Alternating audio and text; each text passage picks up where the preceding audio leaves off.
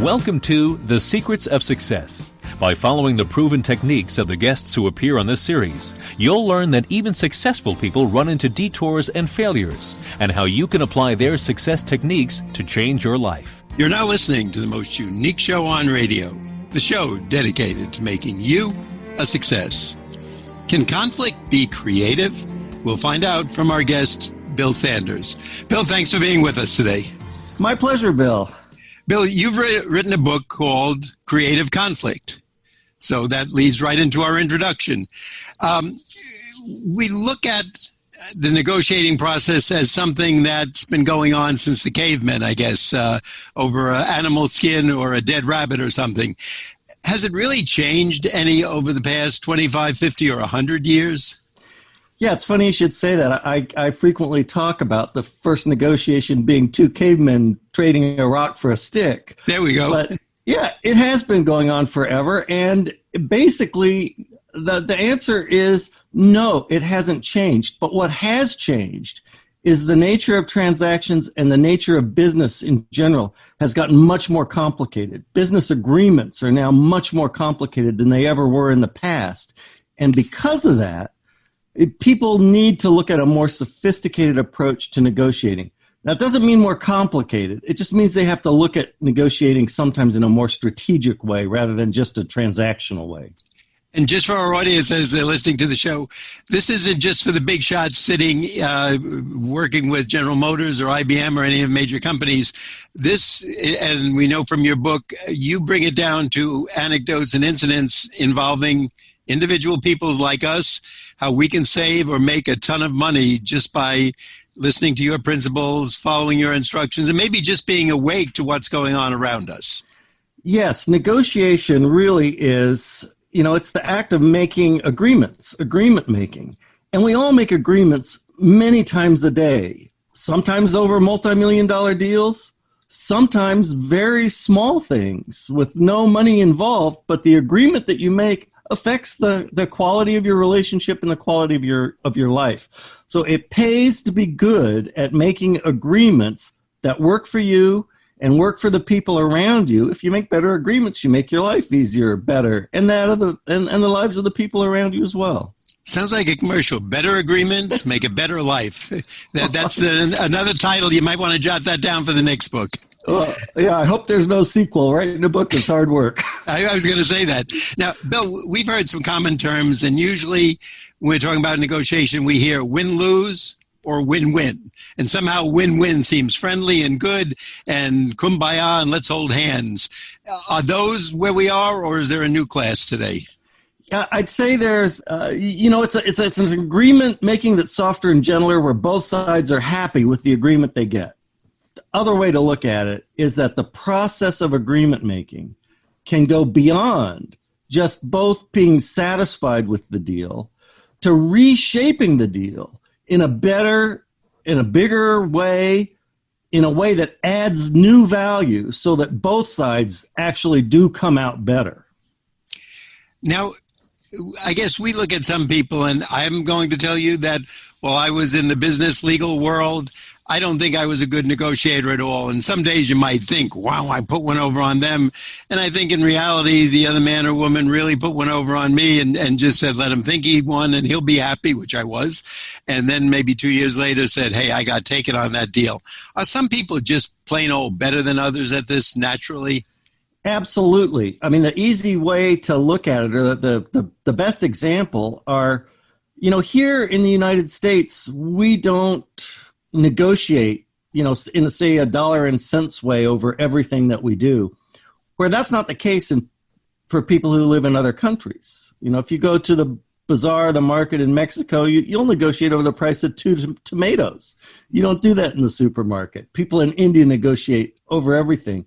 People in the Far East, they're, in a sense, better negotiators than we are because we've had it trained out of us and drained out of us from the time we're little kids. Little kids are better negotiators than a lot of big, serious adult business people. They get what they want. They're not shy about asking for it. And it helps them make a better deal for themselves. Actually, I'm just thinking, I think my dog is a better negotiator than I am because she gets me to do what she wants. And he or she obviously doesn't even speak the language, but if I don't react to her, she'll go and do something or scratch the wall or something, and I'll go to her, and it's like, hey, I got him again. What a dope. So, yep, my cat beats me all the time, and it's the same thing.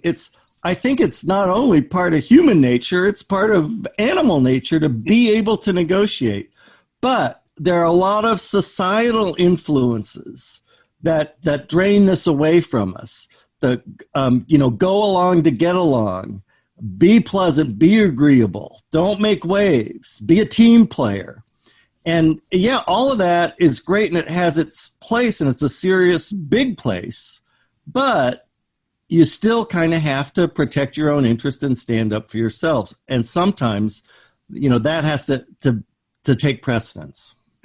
Now, one of the stories in your book that I love, and I think we all learn a lot from anecdotes and little stories, we talked about it before the show, was the story of Eva, and I think it was Howie the printer. So yes. And you're laughing, so you must remember it, and I must have the right names. Can you tell us a little bit why that would be a story that would help us? So what happens in the story is Eva comes to one of our negotiating seminars. She's been promoted, and her new job is going to involve her. She was a graphic designer, but now she's going to have to deal with printers and outsource the jobs. And she'd gone to one of our seminars. She got on with our lead instructor, who was my co-author, Frank Mobus, and he lived part-time in New York. She worked for a big nonprofit organization in New York. And one time after the seminar, he asked her how she was doing in her negotiating now that she's got this new role. And she said, well, Frank, I'm doing great. When I go to the shoe store now, I get 60% off on designer shoes. And when I have my family members come and visit me from the old country, I get deals on New York hotel rooms you wouldn't believe. And Frank says, yeah, okay, that's great. How are you doing in your business life? She just kind of shook her head.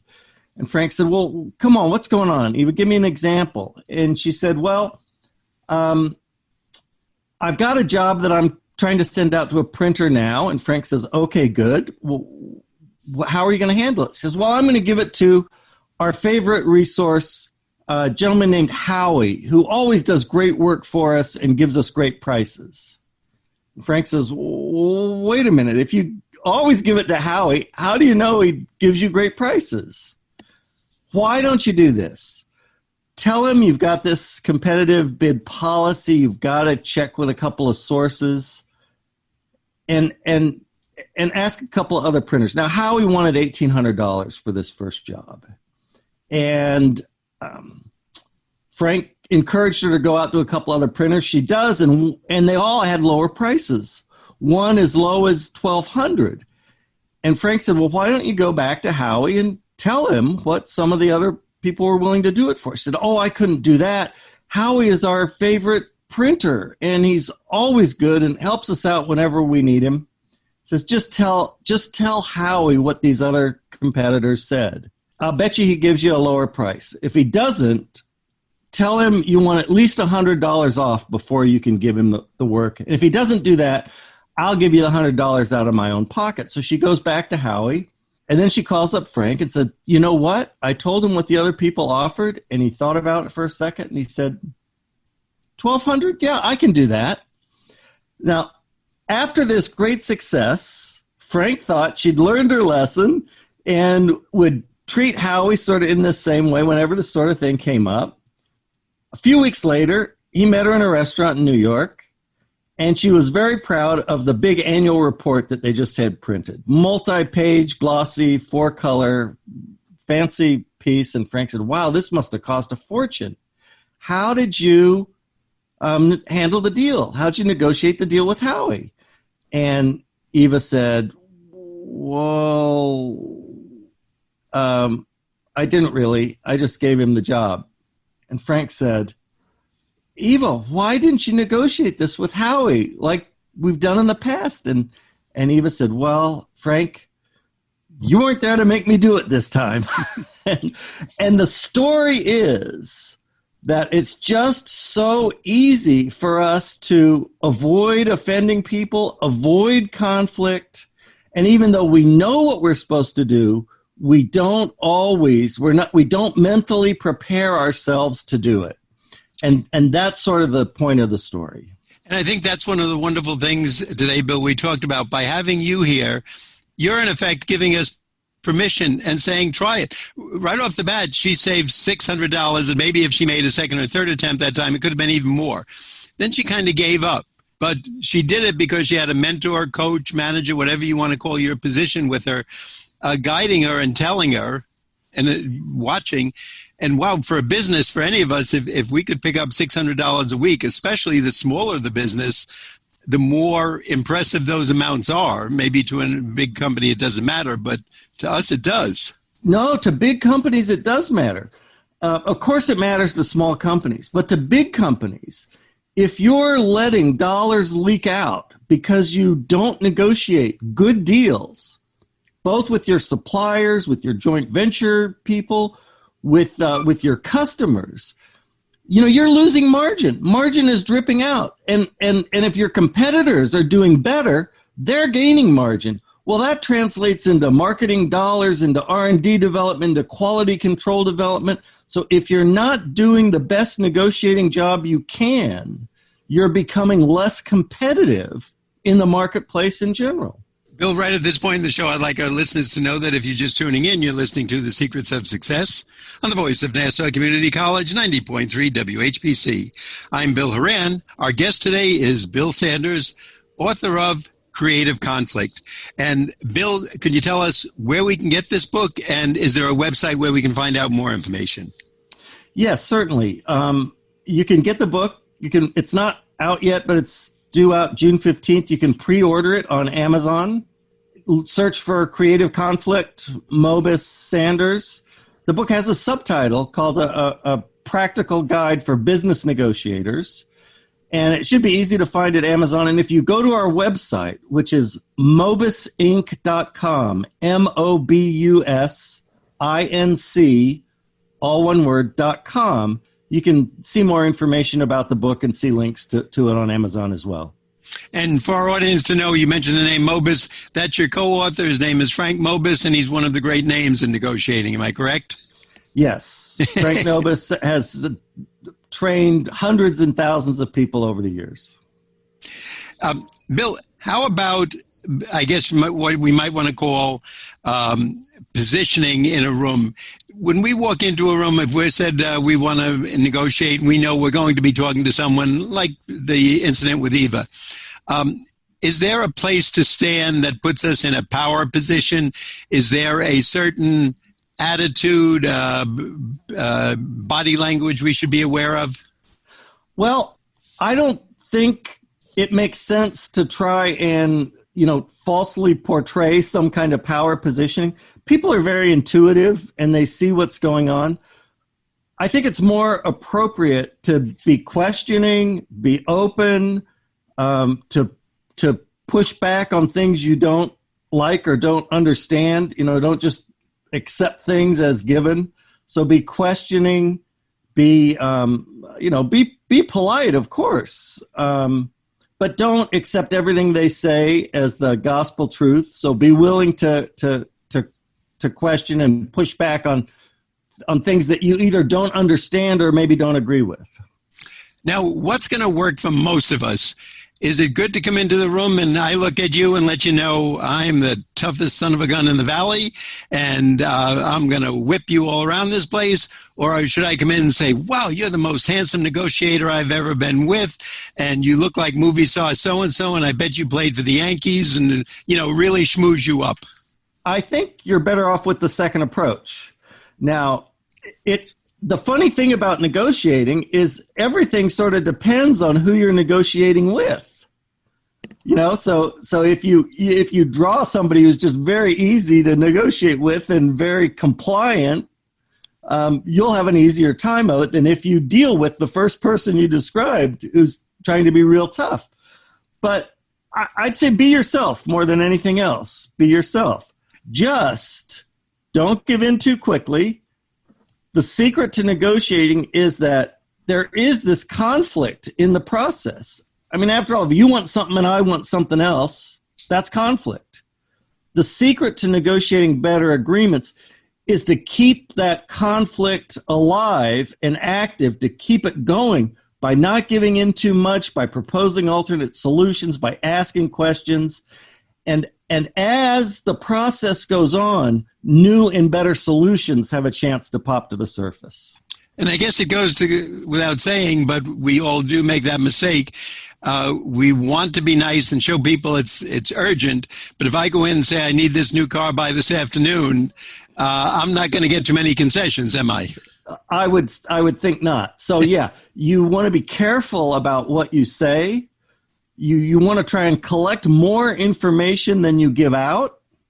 You want to find out, why that dealer might need to sell a car today. If you can find that out versus telling them you need it today, you'll do a little bit better. And this is why you're so good at what you do. You say most of us will default to our comfort zone. How does that apply in negotiation? Well, a lot of us are more comfortable avoiding conflict than we are facing it or letting it simmer and continue on below the surface. So part of being a good negotiator is to change your comfort zone. We all kind of have mental models of ourselves. Some people say, hey, I'm not a good negotiator. I don't like the process. I don't want to do it. I just want to get this wrapped up as soon as possible. Other people are tough negotiators. I'm not going to give in. I'm not going to give an inch. I'm going to say no. And sometimes that doesn't work either. What you want to be is more of an inquisitive, curious, understanding, asking, listening type negotiator, so that as the process goes on and more information becomes available to both sides, you can help collaborate with the other deal and create a deal that works better for you and works better for them as well. That's a great point, because anything we don't like, I'll use the example of going to the dentist. We want to get that over with. And gee, if I know I have to go Thursday morning, I can't wait for 10 o'clock to come because the appointment's at 9. By 10, I'll be out and I don't have to see the dentist again for another year or 6 months or whatever. So if we're rushing through something, it's probably a sign that we should be aware of, that we're giving things away because we're uncomfortable. We don't like it, almost like asking for a date.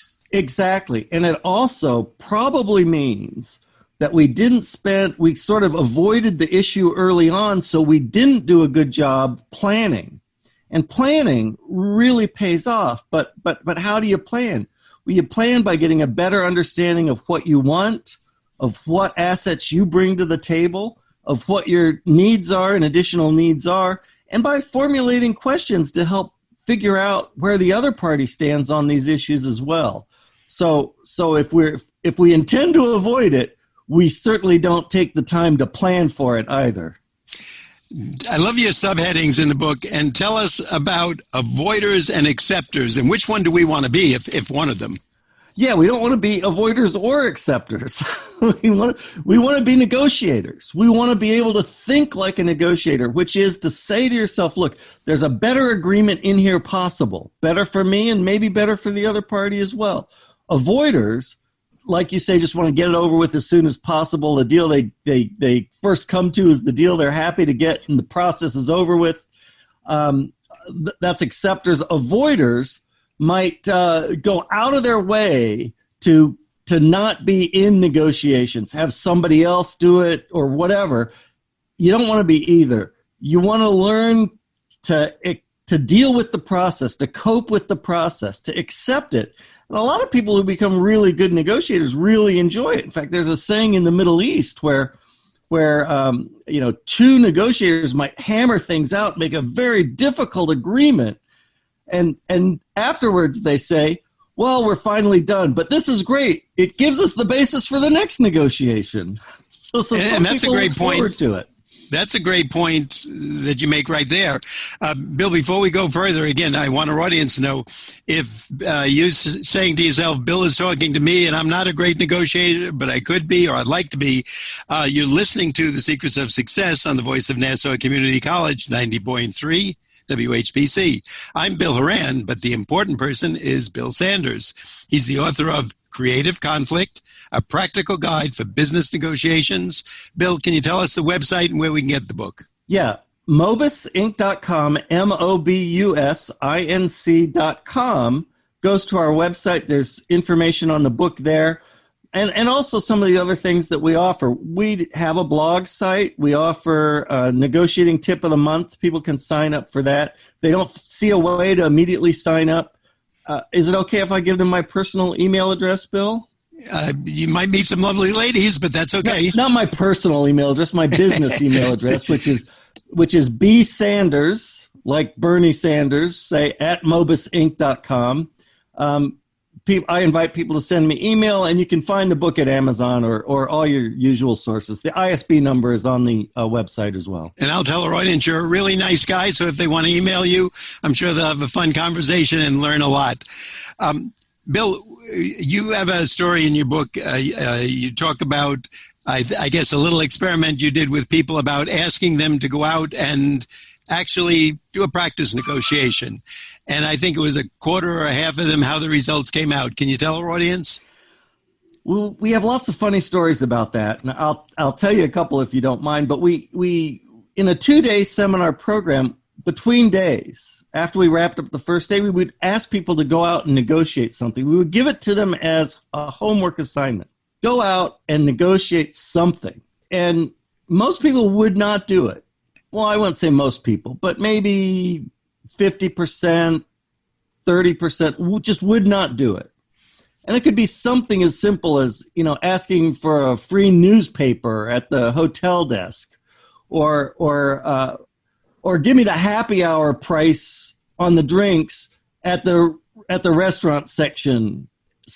Anything that they would do is acceptable. What we found was that although most people wouldn't do it, the people who did it had tremendous luck. My favorite story is 2 guys. This was at a Los Angeles program. Decided they were going together. They decided they were going to ask for a discount on their pizza at the pizza restaurant across the street. They walked in and sat down, and the waitress walked right up and said, "Hey, we had a takeout order paid for that people didn't come to collect. Do you want a free pizza?" They said, "Oh my God, this stuff works." But isn't that wonderful? And that's exactly what we're kind of saying. If you don't ask, people don't know. And if you open the door up, and I'm guessing nobody got hit in the head with a hammer or shot with a bow and arrow, right? Yeah, no. We never had really, negative comments about, I tried this and it was a terrible experience. Nobody ever said that. They said, I asked for, half off on my cup of coffee or a free coffee with a pastry. And you know what? They just politely said they couldn't do that. So, all right, I did my job. I asked. And that was their job, was to ask. Nobody had negative experiences.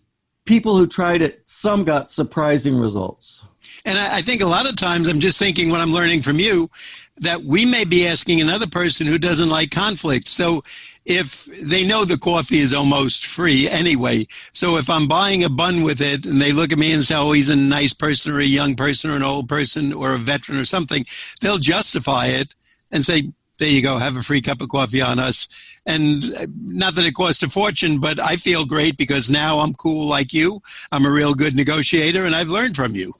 Well, and here's what I've observed is that people who ask for something in a nice and friendly way, frequently get it. People who demand it in a rude and obnoxious way frequently don't get it. So learn how to do this in a way that works for you. We had a guest, and I'll just tell you, he kind of practiced what you said, and for the fun of it. He was just doing it to see if things worked. And 4 out of 6 times, he got bumped up to first class on airplane flights. And I asked him, what kind of value is that? He said it's roughly a $6,000. I don't know if it's the distance of the trip or whatever. But, wow, if you can save or get that $24,000 4 times a year, whether it's just for the pleasure of the luxury or feeling like a big shot or just saying to yourself, I just saved $24,000, I'm really flying high. That's definitely makes your book worth it. Right. And so there's a way to ask for it. And I'll give you the counter example, the way not to ask for it, because I saw this. Frank and I saw this. We were flying out of somewhere, and the person at the podium asked for, called the names of a couple of flyers and asked them to come to report to the podium. And one guy got up and he starts banging the podium and says, there's no way you're bumping me from this flight. This is important. I've had this ticket for 3 weeks and blah, blah, blah. And he's really mad and angry. And after he gets it all out, the person at the podium says to him, well, I was going to ask you if you'd like an upgrade to first class, but you can forget that now. And again, another great lesson, just how to treat people like we want to be treated. Exactly. Tell us about, I love the story about the decelerating the process. Does it matter if it's like a 25 or 50 cent? I mean, that's really so small today, you can't even use it in a parking meter. But tell us why you put that story in your book. Well, see, here's the thing. A lot of negotiations, especially in deals that repeat or go on and on over time, it's easy to make a sort of an incremental mistake where, say, a little price increase. You gave me an example earlier today. Somebody wants a mortgage rate and they've gone up by a little bit, 1/8 of a point, and the mortgage lender translates it into your monthly payment. Well, that's only $22 more a month. And the person on the other end says, yeah, okay. Well, you should stop and think before you agree to something like that and calculate the full cost. It can be a lot. You can always slow down the process so that you can have the time to figure out whether something is working for you or not. Slow down the process, de-accelerate it. I like that lesson, and I like everything I've gotten from your book today. I just feel I want to go out there and try to negotiate something and tell you how you've created a monster now. But I invite all our listeners to try it. What can you lose? And by the end of the week, you might find that you either have some free benefits, whether it's a coffee, a donut, maybe a cheeseburger that someone else ordered, as you said, and didn't pick up or whatever. Somebody likes you or you have a friendly face and they hand it out to you. Bill, I want to thank you. Again, I want our audience to know that we've been talking with Bill Sanders. He's the author of the book, Creative Conflict. And Bill, once again, tell us where we can get the book and the website. At our website, mobusinc.com, mobusinc.com. There's links to the book and our other resources. And of course, it's available at Amazon or your favorite bookseller. The ISBN number's on the website.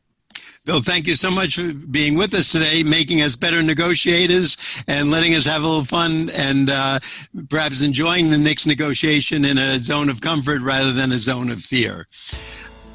I'd like our audience to know that you've been listening to The Secrets of Success on the voice of Nassau Community College, 90.3 WHPC. I'm Bill Horan, asking you to please join us again next week at the same time when we will continue our journey to success.